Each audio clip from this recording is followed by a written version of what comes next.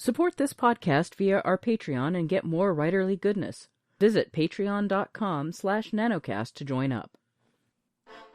Welcome to NaNoWriMo Every Month. My name is J. Daniel Sawyer. I'm the author of some 20 books, 34 short stories, and numerous articles and other things, and I am your guide on this journey to use NaNoWriMo to level up to professional output levels. Welcome to The Questions, Episode 28. Today, Caine asks, what are the differences in approaches to writing novellas and novelettes than a novel? I'm not so sure there's a difference in approach, but there are a couple differences in execution.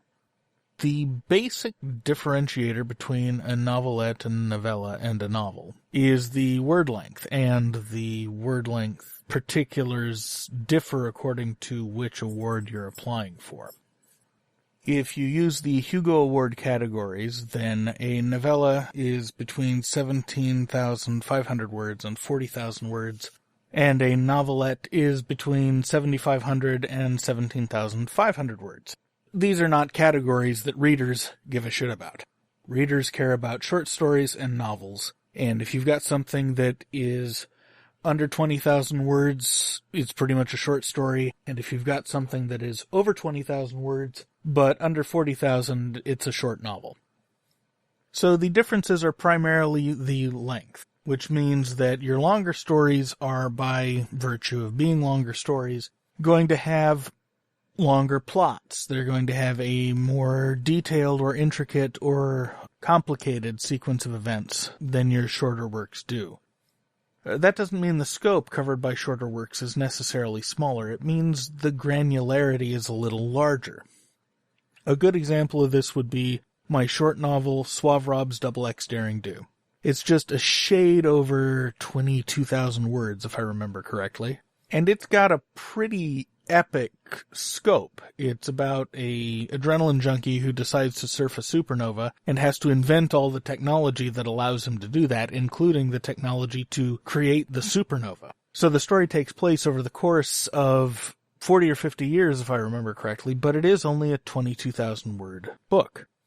And the reason for this is that I attacked everything in terms of large granularity. There's a lot of telescoping. The narrator will summarize, for the next 5 years we worked on this, and yeah, there was some cool stuff that happened in that time like this and this and this, but none of that's important to the ultimate aim of this story, so I'm just going to skip over it.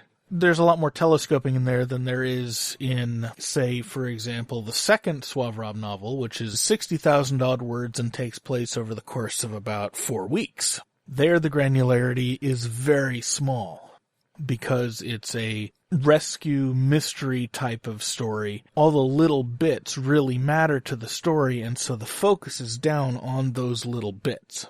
Now, that doesn't mean that all your shorter novels are going to have the epic sweep and all your longer novels are going to be more granular.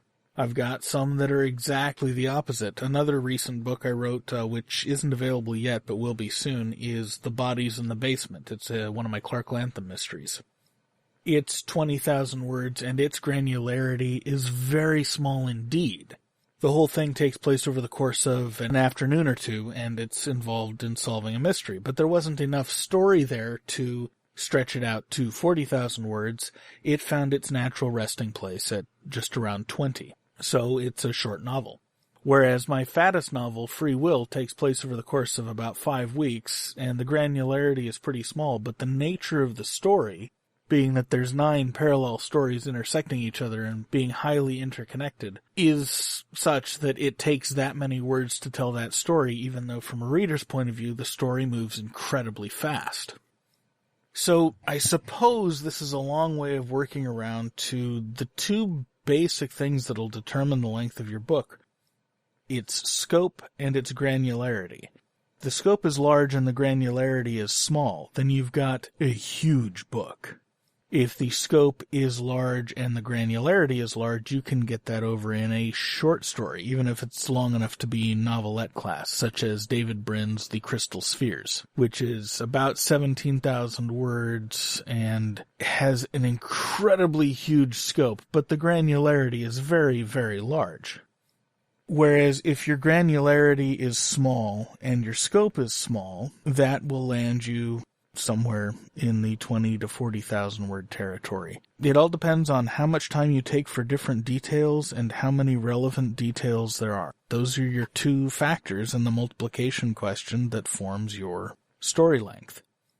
If you're shooting for a particular length, you want to tell your story in a way that will get you to that length by manipulating the scope and the granularity of how you're approaching things.